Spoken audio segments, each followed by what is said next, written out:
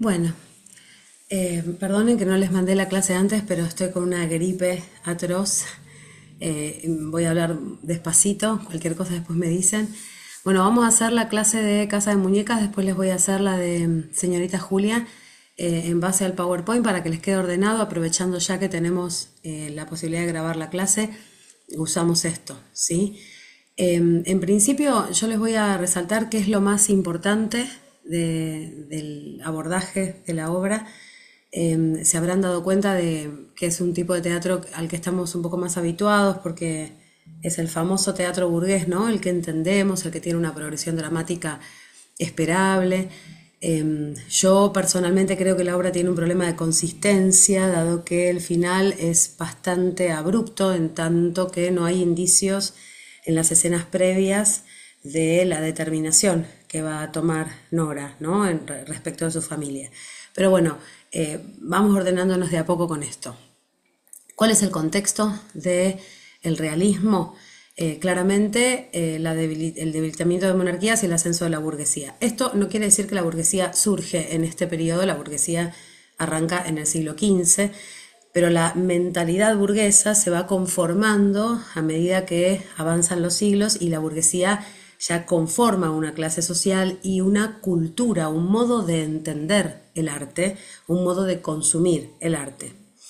Esto hace que el arte sea más autónomo, por eso aparece la autonomización del arte y el burgués empieza a ser el público a elegir. Con esto quiero decir gente que ya comparte ciertas características vivenciales con los actores que se van a representar, ¿no? Pero claramente no es un teatro político en el sentido de la identificación de la clase social, sino de la identificación de las costumbres. Lo que se ve en escena es el interior de una casa que comparte un montón de cosas que son de la vida cotidiana, digamos, que uno también puede compartir.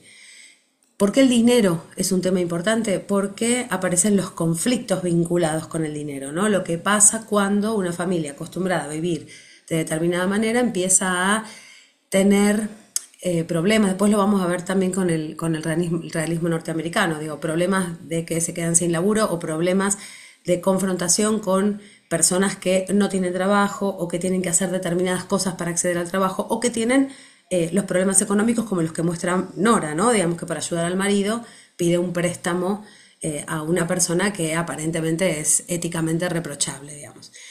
¿Cuáles son las características principales de este realismo? La identificación del burgués, concretamente, que es la imitación del universo que vive el burgués y la reproducción de los valores que representa, que son el bienestar de la familia, las buenas costumbres, la moral, la protección de las mujeres, el cuidado de los niños, el macho proveedor, etcétera, etcétera. Esta idea de representación objetiva de su realidad tiene que ver con la mala comprensión que se ha tenido del concepto de verosimilitud que había planteado Aristóteles. Es decir, cuando yo veo una obra, tengo que esperar que suceda lo que sucedería en la vida realidad, no tengo que en la vida real, perdón. No tengo que esperar que suceda algo fantasioso o algo de otra índole, sino simplemente lo que yo haría en el lugar de, ¿no? De esto se trata el concepto de objetivo. El autor como observador, y acá es importante la idea de la pasividad. El espectador no construye, no rellena los huecos de la escena, sino que simplemente mira la historia, ¿no? Está mirando en la cuarta pared. El narrador omnisciente, es decir, no hay alguien que asuma el relato, aunque haya una protagonista en este caso, no, la historia no se cuenta solamente desde la perspectiva psicológica de Nora, sino desde la historia en sí misma, ¿no? Y el lenguaje remite a las circunstancias que se están viviendo, no a las percepciones psicológicas que tiene ella o que tiene su marido o que tiene su amiga, etcétera. Y respecto de las descripciones detalladas, tiene que ver con los detalles incluso escenotécnicos, ¿no? Digamos, las particularidades del espacio en el que sucede la escena, más los detalles vinculados con agarré el anillito o no sé, explicar y hacer en cuanto a lo que está conformado en el espacio. No se cuentan unidades semánticas grandes, sino detalles de la conversación de tal que hizo un gesto y que eso ayudó a que yo entienda que tal persona estaba engañando a otra. Digo, hay como un prestar atención muy particular a las miradas, a los gestos, a dónde se paran los personajes, y también a entender cómo podrían llegar a actuar en función de eso que acaban de decir, ¿no? ¿Qué es lo que pasa en el caso de Cristina? Me parece que es el más obvio. Ahora lo vamos a ver en particular con la construcción de la obra. ¿Cómo se constituye el drama burgués? Bueno, acá va a haber como mucha repetición, yo lo voy a pasar medio rápido. Estas son las características principales: causalidad de la acción, la linealidad progresiva, la gradación de conflictos, las extraescenas, lo que pasa fuera a campo, digamos, los personajes tridimensionales, el ocultamiento del artificio y la profusión de detalles. ¿Qué es la causalidad de la acción? Es el famoso verosímil del que hablábamos recién, ¿no?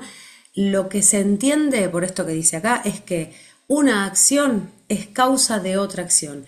Entonces uno entiende qué es lo que está pasando porque ya vio qué es lo que pasó antes, no hay saltos en el tiempo, y supone que esto que está pasando hoy es por algo que pasó antes. No es novedoso.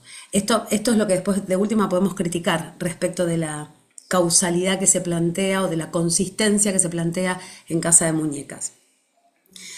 La linealidad progresiva, Aristóteles puro, ¿no? La acción ordenada en introducción, nudo, desenlace.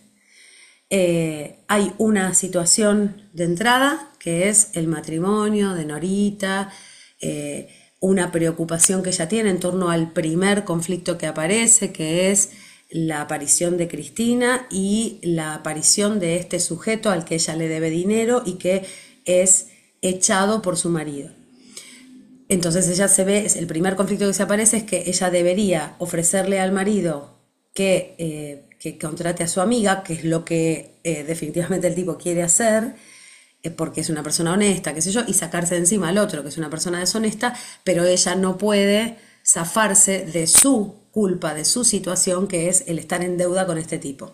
Ahora vamos a analizar también qué significa ese estar en deuda, ¿no? Digamos, porque no hizo nada grave en realidad, se endeudó para ayudar al marido. Es algo que la mentalidad burguesa no puede aceptar, que una mujer se endeude por su cuenta, ocultándole al marido que lo quiere ayudar. Es medio como una locura, ¿no? El feminismo estalla en esto. Bien, la gradación de conflictos. Aquí dice alternancia de secuencias de tensión y digresión. En realidad, más que nada tiene que ver con cómo se van superponiendo los grandes conflictos con los conflictos de segunda línea. Es decir, la tensión que tiene Cristina con Nora está en un segundo nivel en relación con la tensión que tiene Nora con su marido, porque debe responder a Cristina es una mujer que ha caído del aparato burgués, que ha caído de los límites de la buena vida, y Nora no. Entonces Nora tiene un comportamiento esperable en relación con eso, y Cristina está en el borde de la desesperación. Eso que le pase a Cristina está en un segundo plano, como lo que le pasa al tipo al que ya le debe dinero, ¿no? Bien, las extraescenas. Esto concretamente, esta inserción de la situación dramática en un mundo mayor, tiene que ver con que hay un afuera, como esa fiesta que sucede al final, o un mundo, un relato respecto de un mundo anterior, como cuando ellos se fueron de viaje, cuando ella se endeudó y todo lo demás, que está como por afuera de la casa, pero está incluido en la secuencia de la casa, ¿no? Bien, este dato sí es muy importante. Los personajes son tridimensionales. ¿Qué significa que sean tridimensionales? Que está el actor en cuerpo, pero eso hay una dimensión física. Hay una dimensión psicológica porque el actor enuncia, el actor y la actriz, ¿no? Denuncian qué es lo que les pasa, qué es lo que les duele, qué es lo que les molesta. Y a su vez, eso que les pasa, les duele y les molesta, está en relación con una situación social concreta. Nadie está dispuesto a perder lo que ha tenido y todos están dispuestos a tener más de lo que tienen, ¿no? Y además tienen una biografía, tienen un pasado, tienen algo que los hace ser quienes son. Esto es lo que les da tridimensionalidad. Tienen volumen, no son planos, ¿no? No solamente están en el presente, tienen un pasado, ¿sí?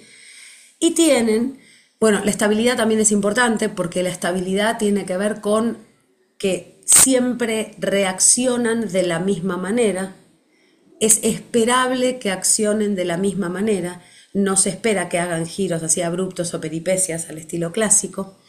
Y tienen un mayor proceso de individuación que en realidad tiene que ver con construir una suerte de estereotipo del rango burgués que ocupan. Ejemplo, Norita es la típica mujer burguesa casada en una familia de clase media, de quien es esperable que tenga determinados pensamientos, sobre todo aquellos de índole moral, ¿sí? Que son los que nos ocupan en la obra. La estabilidad enunciativa es ¿cómo decirlo? No se interrumpe el modo de narrar, no cambia el modo de narrar. No es que la obra de golpe pasa a escribirse poéticamente o cambia los espacios. Digo, siempre la obra tal como empieza termina. Siempre estoy en el mismo espacio, con el mismo ritmo, con la misma progresión. No hay metateatralidad y no existe el sujeto independientemente de las circunstancias particulares que viva ese sujeto. ¿Esto qué significa? Que se oculta el artificio, o sea, lo que estamos viendo es realidad pura, no hay ninguna intervención, ningún fueracampo, ningún diálogo hacia los espectadores, no hay una ruptura de la cuarta pared, etcétera, etcétera.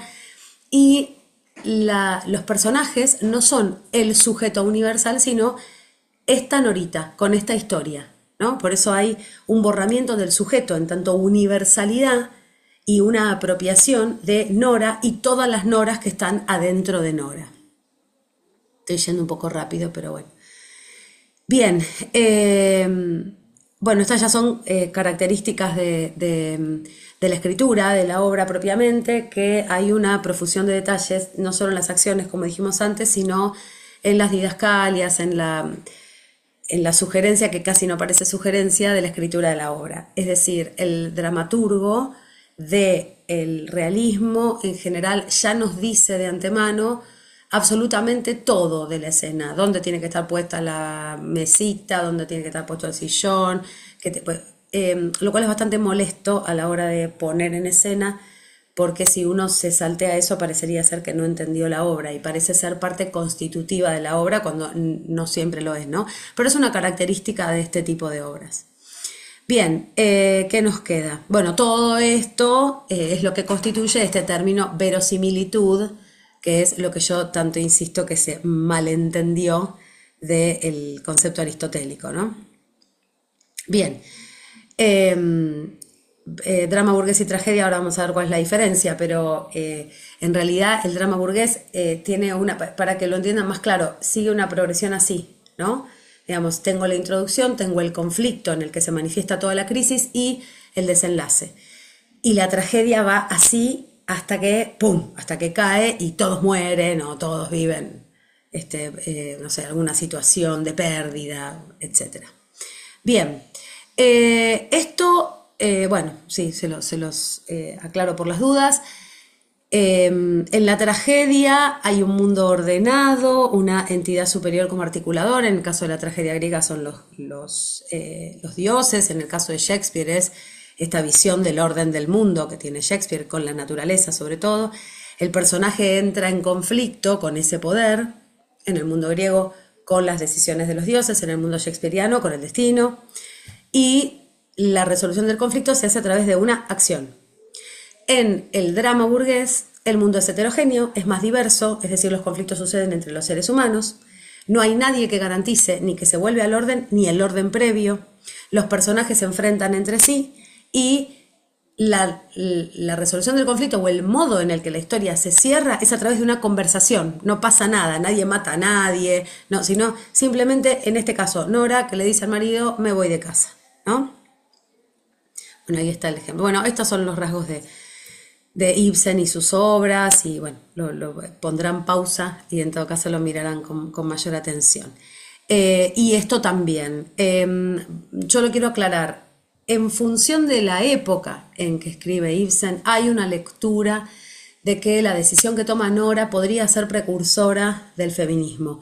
Bueno, hay mucha discusión al respecto, obviamente no, de hecho eh, Nora se va de la casa, Nora no le dice al marido, mira, eh, me vas a pasar una cuota alimentaria, yo me quedo con los pibes, me quiero separar de vos.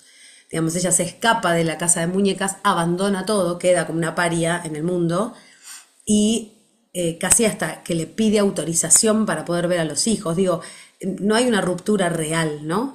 ¿Y por qué esto yo lo noto como algo del orden de la crítica? Porque digo, en el siglo V a.C. ya se había escrito Medea, ¿no? Digo, ya había habido íconos de mujeres que se animaban a mucho más. Lo que tiene el drama burgués justamente es que no se salen de los límites de la mentalidad burguesa, de la moral burguesa sobre todo. Y acá está, bueno, este fragmento en el que Helmer, el marido de Nora, le dice, bueno, ¿cuáles son esos deberes? Y ella dice, mis deberes son conmigo misma y ante todo eres esposa y madre, ¿no? O sea, ante todo, una mujer debe responder a la demanda de su marido y de sus hijos. Vamos con la obra. En general, estos PowerPoint que están organizados por los profes que estaban antes de la cátedra siempre dividen, esto ya lo habrán visto en los otros, a la obra en la composición, cuál es la fábula, los paratextos, etc. A mí me parece que eso tiene que ver mucho con el análisis de texto y no con el análisis de la historia de la obra. Y como nosotros estamos haciendo historia y no análisis de texto, yo tomo solo lo que me es funcional para hacer este análisis historiográfico en principio, ¿no? Que estamos haciendo a través de una obra de teatro. Bueno, se estrena en 1879, esto la verdad que es irrelevante. Es una obra escandalosa, ha sido escandalosa, porque a nadie le cae bien que Nora abandone la familia, y si y nos ponemos a pulir un poco más, creo que a nosotros tampoco, porque el hecho de que Nora abandone la familia no es la solución a que Nora deje de ser ese personaje que se representa ahí, ¿no? Pero bueno, sí hay una lectura de que tal vez la manera que tenía Ibsen de mostrar eso que estaba viniendo, que era el reconocimiento de las mujeres que estaban hartas de ser lo que son, bueno, fue esta obra y eso se lo vamos a tomar. Respecto de los paratextos, cosas que para nosotros hoy son obvias, ¿no? Digamos, la obra se llama Casa de Muñecas porque Nora es una muñeca que está dentro de una casita, ¿no? Que está con todo servido, que tiene...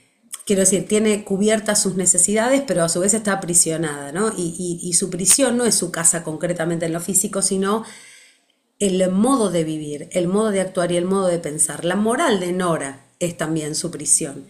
Que ella en ningún momento se haya podido asentar, pues se haya podido sentar con su marido y decirle, mira, vos estabas enfermo, necesitábamos dinero, yo pedí un préstamo y yo me ocupé de devolverlo. Eso en realidad la ennoblece y ella lo vive como culpa, ¿no? Entonces digo, acá hay algo de una prisión que ella tiene en su cabeza, sobre todo, no de la prisión real.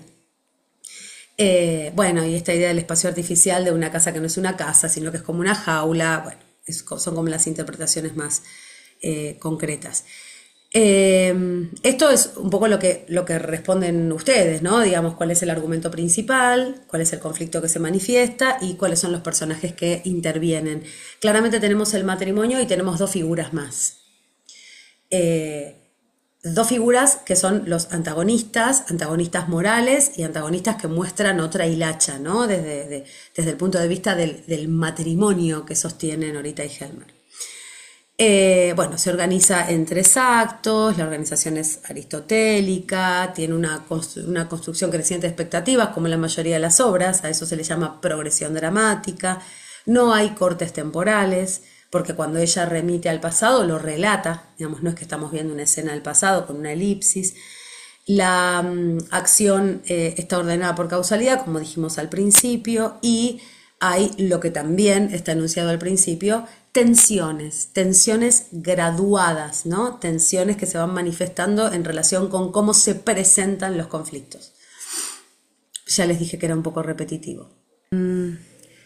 Respecto del espacio y del tiempo, ¿cómo se configura el espacio y el tiempo en la obra? Esto es muy sencillo, digo, tenemos un espacio que es el de la escena, que es la casa de los Helmer, que es el espacio es el hábitat de las mujeres, en realidad, que es el espacio interno, y tenemos un espacio exterior, que en realidad es que detrás de una puerta uno sabe que está la oficina del marido de Nora, hay un buzón que está afuera, donde está como la amenaza permanente, hay una fiesta en el piso de arriba y además hay una ciudad, ¿no? A la que se remite, porque de hecho hay gente que entra y sale de la calle.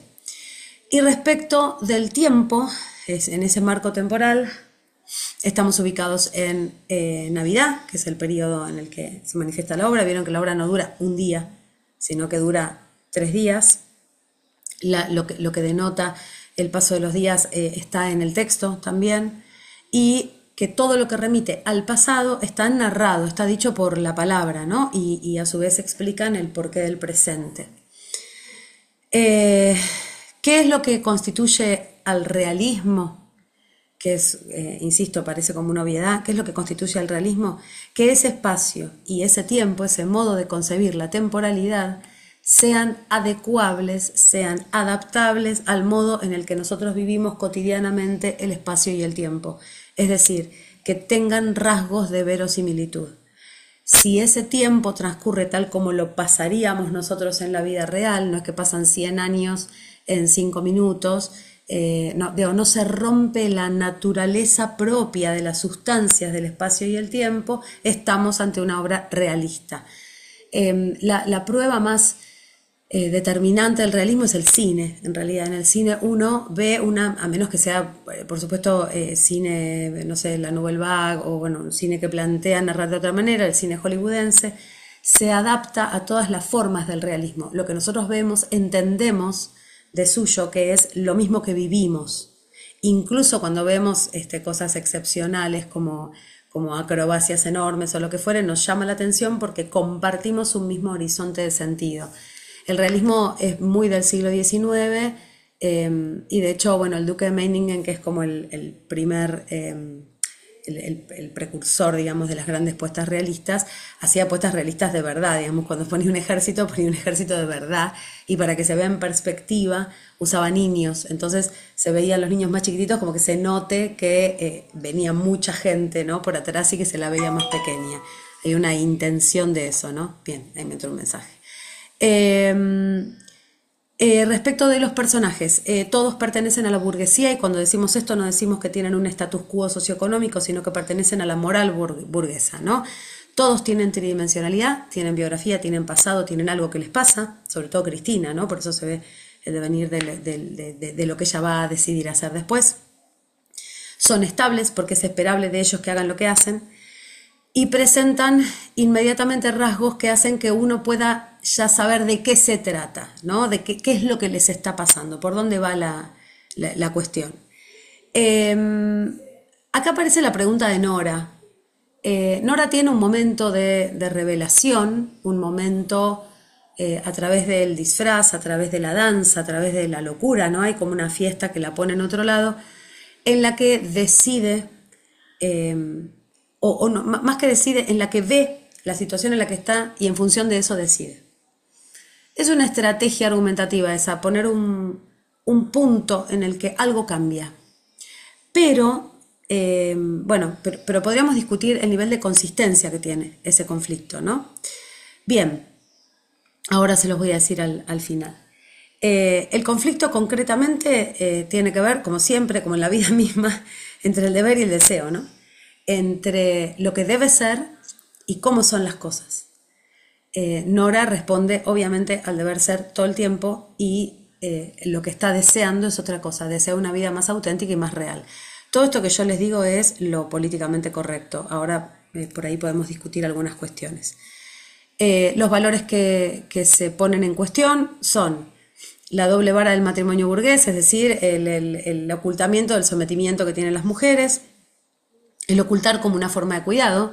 El ocultar en realidad no tiene que ver con ocultar lo que a uno le pasa, sino también con ocultar los errores, ocultar los dolores, ocultar a las mujeres, cuidarlas, preservarlas. Y la familia en tanto la determinación ontológica de un sujeto burgués. Es decir, un sujeto burgués de verdad es alguien que ha podido constituir una familia.